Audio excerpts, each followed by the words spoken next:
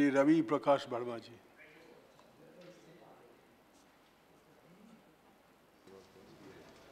Sir, ये बहुत ही महत्वपूर्ण बिल रखा गया है जिसमें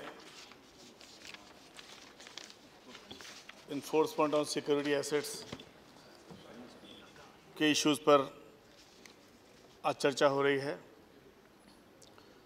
सर, आज की तारीख में जब पूंजी की कमी सब जगह महसूस हो रही है, तब ये जान के भी हैरत लगती है कि हिंदुस्तान के बैंकों का लगभग 7 लाख करोड़ रुपया बैड लोन्स, जो खराब लोन्स में फंसा हुआ है। सिर्फ बैंकों के पास अपना पैसा नहीं होता है, वो पैसा पब्लिक का होता है, लोग उसमें जमा करते हैं और बैंकें उस पैसे को या फाइनेंशियल इंस्टीट्यूट्स उस पैसे को आगे बढ़ाते हैं जिससे कि उसको कारोबार में इस्तेमाल किया जा सके। लेकिन जो परिस्थितियाँ सामने हैं, जैसा कि मेरे पास में कुछ फिगर रखे हुए हैं, सितंबर 2015 तक 6.2% of total loans of public sector banks have been categorized as bad loans or non-performing asset। Sir, ये बड़ी चीज़।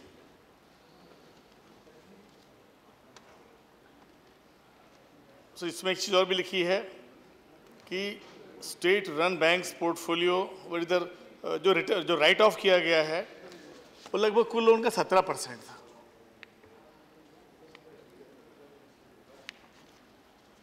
सर, डेट रिकवरी एक बड़ा इशू हो गया और आर्थिक विकास की जो दर है उस पर उसका फर्क पड़ने लगा, तो इसलिए ऐसे कानून की जरूरत पड़ी कि जो वित्तीय बाजार है उसको रेगुलेट कर सके और डेट रिकवरी का जो प्रोसेस है उसको प्रमोट कर सके। चलिए, कानून एक अच्छा कानून है। चूँकि इससे पहले ज़्यादातर मामले अदालतों में जाते थे, और ये बात मैं बताना चाहता हूँ कि ये कानून जो अदालतों के माध्यम से समय बर्बाद होता है उसको बचाने के लिए अदालतों के बाहर सेटलमेंट करने के लिए ही प्लान किया गया है। और ऐसे प्रकरण हैं कि जिसमें अदालतों के माध्यम से सेटलमेंट करने में 5 साल, 10 साल, 15 साल या कहीं कहीं 20 साल तक भी लगे। हिंदुस्तान जैसी विकासशील अर्थव्यवस्था में हमारे जो फाइनेंशियल इंस्टीट्यूट्स हैं, जो बैंकें हैं, वो 20 साल तक अफोर्ड नहीं कर सकते कि उनका पैसा बैड लोन में फंसा रहे, वो प्रोडक्टिव ना रह जाए। और यही कारण है कि कभी कभी तो लाख लाख करोड़ रुपए तक राइट ऑफ करना पड़ा है और अब ये कानून आया है जिससे मदद मिलने की संभावना है। सो जो इंसॉल्वेंसी के इश्यूज़ में डॉक्टर भूपेंद्र सिंह जी भी चर्चा कर रहे थे कि ये बड़े प्रश्न हैं और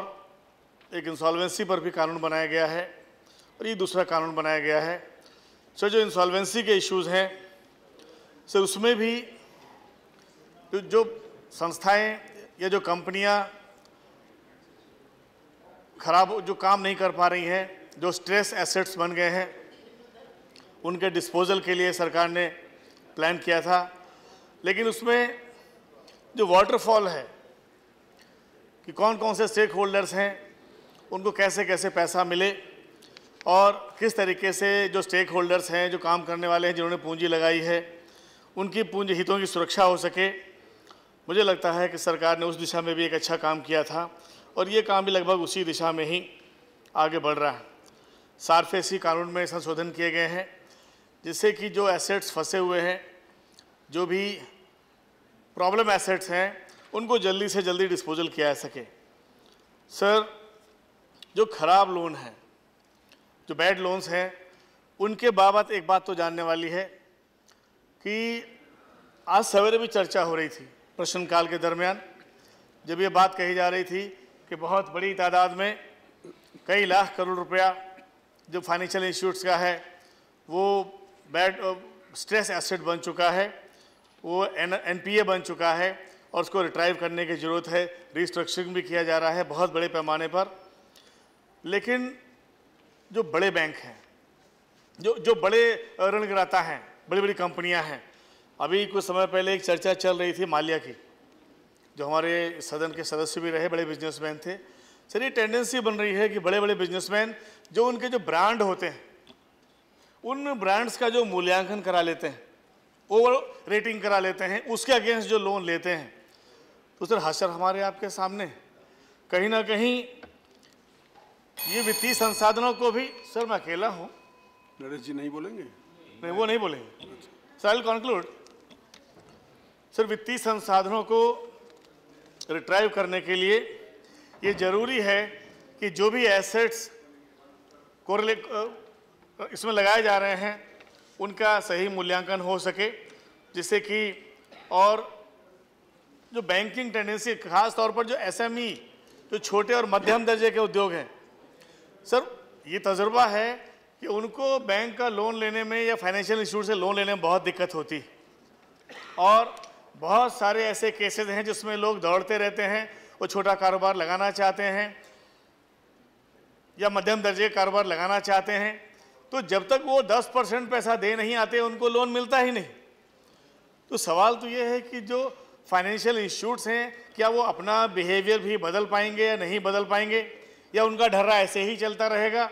या उन्होंने कोई ब्लूप्रिंट बनाया हुआ है किसी क्षेत्र विशेष के लिए, कौन कौन सी इंडस्ट्रीज वहाँ लगनी है, कौन कौन से लोग वहाँ पर कारोबार खड़े करने वाले हैं, कितने बड़े पैमाने पर रोजगार पैदा होने वाले हैं एसएमई के माध्यम से। कोई ब्लूप्रिंट नहीं इन लोगों के पास में, लेकिन उसके बावजूद भी ये प्रक्रिया चल रही है, कंपनियां ऋण ले रही हैं, और उसके बाद में जैसे कभी कभी अर्थव्यवस्था में मंदी भी आ जाती है तो उससे भी कंपनियां गड़बड़ कर रही हैं, वो पे ऑफ नहीं कर पा रही हैं, जो बिजनेस है फ्लॉप हो रहे हैं और स्ट्रेस एसेट्स बन रहे हैं। सर, इसमें जो स्ट्रेस एसेट हैं उसमें फाइनेंशियल इंस्टीट्यूट्स डीआरटीज को अपील कर सकते हैं और वो प्रार्थना कर सकते हैं कि उनके जो कोलेटरल लगे हुए हैं एसेट्स, उनको बेचने की अनुमति दी जाए। कोर्ट के माध्यम से बहुत समय लगता था, लेकिन अभी डीआरटी के माध्यम से डीआरटी आदेश कर देगा तो जिलाधिकारी 1 महीने के अंदर ही, उसमें समय सीमा कम करने की जो प्रावधान की गई है, 1 महीने के अंदर ही जो स्ट्रेस एसेट है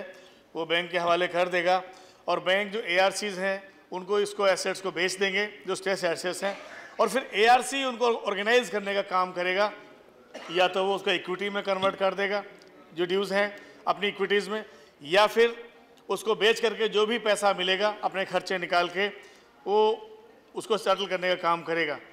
सर, यहाँ सवाल एक पैदा हो रहा है, अभी भूपेंद्र सिंह जी भी इस बात को जिक्र कर रहे थे कि जो डीआरटीज तय की गई हैं सर, उसमें जजेस की कमी, वहाँ भी वही स्थिति आ रही है, कई साल से मुकदमे लंबित है। एक तरफ जबकि सरकार ये तय कर रही है कम से कम गिवन पीरियड में ये सारे सेटलमेंट हो जाएं, और दूसरी तरफ साल भर से ऊपर हो चुके हैं वो डीआरटीज खाली पड़ी हैं। अभी इस बात का प्रावधान किया गया है कि उम्र बढ़ा दी जाए, लेकिन सर ये तो कोई समाधान नहीं है। एक पूरा कैडर अलग से होना चाहिए जो इस टाइप के इश्यूज़ को एड्रेस करने के लिए जुडिशियल एक्सपीरियंस रखता हो और इन केसेस को जल्दी डिस्पोजल करने की कोशिश करता हो। सर, एक बात हम और कहना चाहते हैं कि इस तरह जो एआरसीज हैं, सर मुझे लग रहा है कि इंडिपेंडेंट एआरसीज भी इसमें आएंगी, लेकिन जो फाइनेंशियल इंस्टीट्यूट्स हैं उनके द्वारा स्पॉन्सर किए हुए एआरसीज भी आएंगे, यानी कि एक हाथ से पैसा दो और दूसरे हाथ से उसका डिस्पोजल करो। कभी कभी मुझे डर लगता है कि हिंदुस्तान के वित्तीय बाजार में एक कोई किस्म का माफियाकरण तो होने नहीं जा रहा। मुझे लगता है कि सरकार को बड़ी गहरी निगाह इस चीज़ पर रखनी पड़ेगी कि पूरा का पूरा सिस्टम एक बहुत ट्रांसपेरेंट तरीके से चलता रहे, और जो स्ट्रेस एसेट्स हैं निश्चित रूप से वो सारे कारोबार हैं जो ख़राब हो चुके हैं, उसमें जो एलाइड इश्यूज़ हैं, जो उससे संबंधित दूसरे मुद्दे हैं जिसमें टेनेंसी का भी इशू है और एग्रीकल्चरल लैंड्स के भी इश्यूज़ हैं, कई ऐसे इश्यूज़ हैं जिन पर बहुत ही गहराई के साथ में निर्णय किया जाना जरूरी है। सर, हमें उम्मीद है कि इस कानून के माध्यम से जो एक बड़ी समस्या चली आ रही थी स्ट्रेस एसेट्स की, लगभग 7 लाख करोड़ के स्ट्रेस एसेट्स हैं, उनको समाधान मिल सकेगा। सर, जो बात एक आई है ये बहुत ज़रूरी है कि जो एसेट्स हैं उनका पंजीकरण होगा। ARCs के लिए उसको उससे मुक्ति मिलेगी स्टैम्प ड्यूटी से जब स्ट्रेस एसेट को ARC खरीदेगी। लेकिन सर जो संपत्तियां हैं उनकी ओवर इनवॉइसिंग, जो बड़ा इशू मैंने पहले बताया कि जब भी कभी ऋण लिए जाते हैं तो जहां कहीं पर मिली भगत होती है वहां पर संपत्तियों की जो ओवर इनवॉइसिंग होती है, एक वो खेल होता है, या फिर एक ही संपत्ति में कई कई अलग अलग बैंकों से अलग अलग कर्जा ले लिया जाता है। इस टाइप की इरेगुलरिटीज़ भी आती हैं जहां पर इन रिकवरी करने में इनको बहुत दिक्कत आएगी। सर मुझे लगता है कि ये एक महत्वपूर्ण इशू है जिसको एड्रेस किया जाना जरूरी है। और सर इसके अलावा मैं सरकार से एक बात और भी कहना चाहता हूं कि बहुत से हिंदुस्तानी ऐसे हैं जो रिटायर होने के बाद में या वृद्ध सिटीजन हैं जिन्होंने अपनी बचत का पैसा फाइनेंशियल इंस्टीट्यूट्स में लगाया है। ऐसे फाइनेंशियल इंस्टीट्यूट्स जो सेबी में लिस्टेड हैं और एजेंट्स के माध्यम से लगाया है। और सर मेरी जानकारी में है पर्सनली कि टाइम टेनर पूरा होने के बावजूद भी वो कंपनियां उन लोगों को पेमेंट नहीं कर रही हैं, वो इंडिविजुअल्स बहुत परेशान हैं। सर ये भी वित्तीय बाजार का ही प्रकरण है। मुझे लगता है कि जो ऐसी परिस्थितियां हैं उस पर बहुत ही गहराई से विचार करने की ज़रूरत है। और सभी किस्म की जालसाजी जो वित्तीय बाजार में चलती है